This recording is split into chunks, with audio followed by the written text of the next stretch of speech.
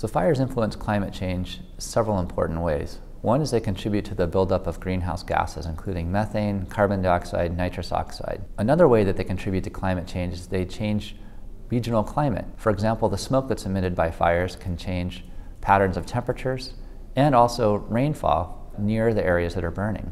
In the Arctic and in high latitude ecosystems, the particles that are emitted by fires can be transported by winds where there's a lot of ice. When these particles deposit on the surface, they cause darkening of the snow, and that contributes to their melting. Another important way is they actually change and modify the vegetation within a region, within the burn perimeter, and this can lead locally to changes in surface reflectance that may either warm or cool climate, and the vegetation that comes back may evaporate water at a different rate, and that also can contribute to the change in the cloudiness and to the regional climate. So there are several different pathways by which fires influence climate.